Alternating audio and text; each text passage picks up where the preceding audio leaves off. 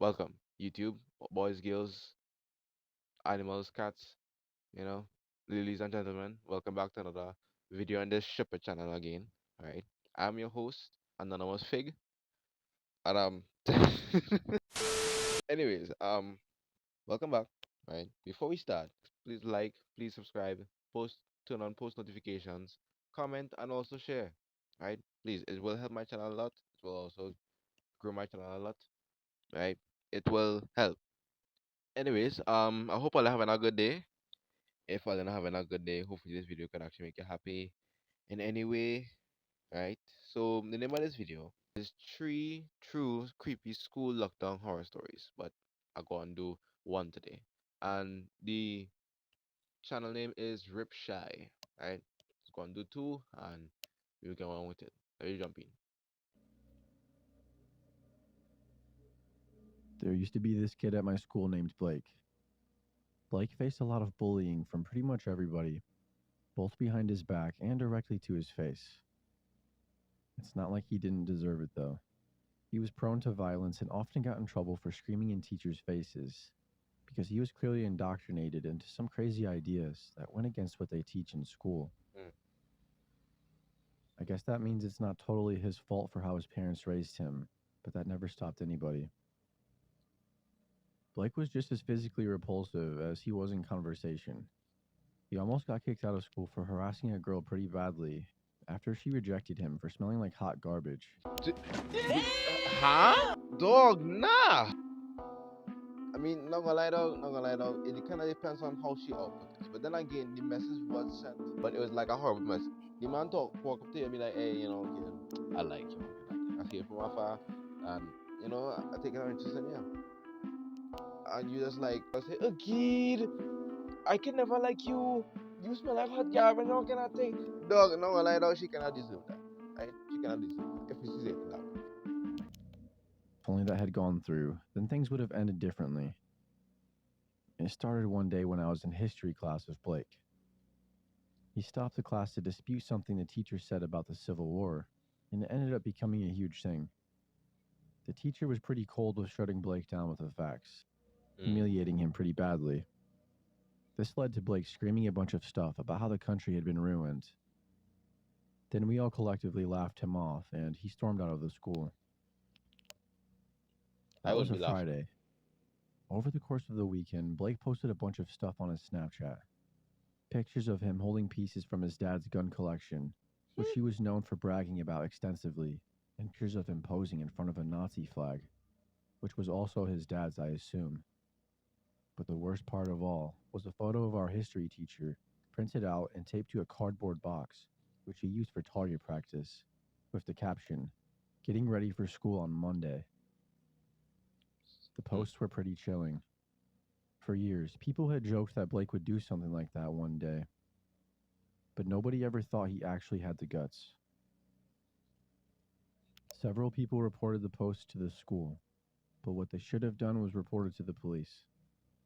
Nobody, including myself, took it seriously enough. If I had, there was no chance I would have gone to school until he was taken care of.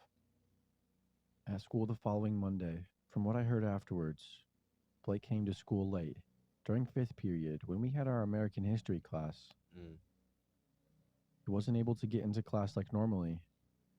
He was confronted by the school resource officer and a couple of admins who demanded to search his backpack. That's when he drew the pistol and shot the resource officer and ran off. Way! Blake wasn't taking no prisoners. He's like, oh, well, this may end up in a certain way, but before this really end up in a certain way, I go and start firing. This, my plan will be executed today, and there will be no nobody stopping me today. Right? Today is the day. I go. I heard the shot from the other side of the school. Everything went silent. Moments later, the lockdown order went out. We all knew it was Blake. I looked at my teacher, who was white as a sheet. All I could see were the bullet holes in the picture of his face from Blake's post in my head. Not gonna lie though, I'd be gone. I wasn't staying in that school. You feel like I was going to stand up there and wait until this man come down the hall? No. After a few seconds, he regained his composure and went through the procedure of locking the door and turning out the lights, then ordering all of us to hide out of sight. Not a moment too soon either. We all knew Blake was heading for him, and all of us by proximity. I barely had time to think to myself about how those dumb lockdown drills weren't so dumb anymore. Blake made it to the classroom door in under a minute. He started banging on the door and screaming, "I know you're in there, I'm not an idiot." People started crying into their shirts to keep quiet. Others took out their phones and started live streaming or texting their loved ones, assuming they wouldn't survive. All right, let me slow down. If you screaming to the point that you said, ah! Ah! Are you crying to the point that you said, I'm going there, I'm going there. Dog, hush him out, dog. Firstly, it not making a difference with you screaming. He's still going to come in regardless, and you screaming, not going to activate some hero outside, the masked Avenger, going to be like, hey, I've heard the screams of your crowd, I heard the cries of your help, and I'm here to help. Like, dog, no, this is real life. You gotta fend for yourself. Your animal instinct is supposed to be able to kick in at this point in time, right? Let it kick in, shut him out, and figure out a way to get out of that situation. And for the people who live streaming, what going on in your head for you to live stream? It'll be like, guys, there's this guy his name is Blake. He's gonna shoot and kill every one of us. Please send help. Like, dog, just call a simple number, 911. That's all you gotta do. Even I started to think that way. I couldn't think of anything to do. Bust out. I didn't even have the presence of mind to think of what I might do to fight or protect myself if he were to get inside. My mind was too frayed, and it all felt so unreal. The only thing running through my head was the fact that I was about to die while sitting on the tile floor of my high school, cowering in the darkness in a huddle of students that was about to become a pile of bodies. Suddenly, a shot rang out. The crying became screaming, and everyone started to panic. In the moment, I made a split second decision and ran over to the window, opting to jump from the second story, instead of just sitting there and waiting for Blake to come in and shoot me. A bunch of kids followed me, but then I fumbled around. Somebody else shoved me out of the way because I was taking too long and sent me to the floor. That's when I looked back through the door and noticed something. Blake was holding his face with both of his hands, and the blood was seeping out between his fingers. The door Shoot handle yourself? on the inside was lopsided, like he had been trying to break in. I sat there, staring, just trying to make sense of it. In the chaos, the teacher was yelling at us to get away from the windows and get back to hiding. So the man, you should be worried about yourself, you know. He ain't worried about we, you know. He coming for you. He coming for you. He ain't talking about we, you know. I mean, like, yeah, some people was there to, like, insult him or bully him or whatever, right? But, like, even though I was innocent, I still busting out. This is my life, right? You can just pay me off at impulse. Started calling my name because I wasn't moving, and that's when I blankly said the words. I think Blake shot himself. I said it pretty quietly for how loud the classroom was, and I said it like a husk. But enough people heard me to stop what they were doing and go silent. A friend of mine ran to the door and looked out the window right as Blake was running away. I finally got up and stood there next to him. Blood was splattered across the floor, and in the newfound quietness, I could hear Blake's cries of pain echoing through the hallway. Stupidly, and against every bit of sense I had, I tried to open the door, but it was broken.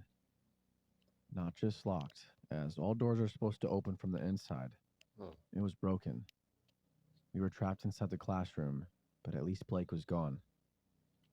Hours later, we were finally freed and slowly learned what had happened. Blake tried to open the door by shooting the door handle, but he ended up mangling the lock completely shut and causing an explosion of metal shrapnel, which flew up right into his face. Ouch. A piece of twisted metal got lodged in his eye, blinding him, Tough. and that was the end of his rampage. A lucky break for all of us, and it goes to disprove the myth that you can open a lock just by shooting it.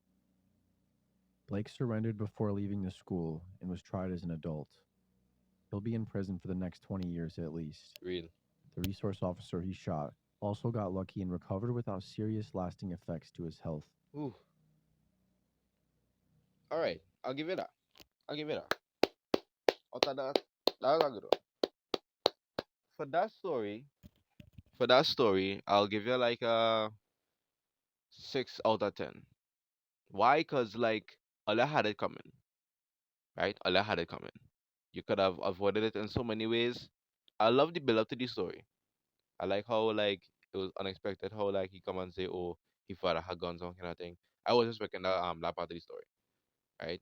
So overall, 6 out of 10.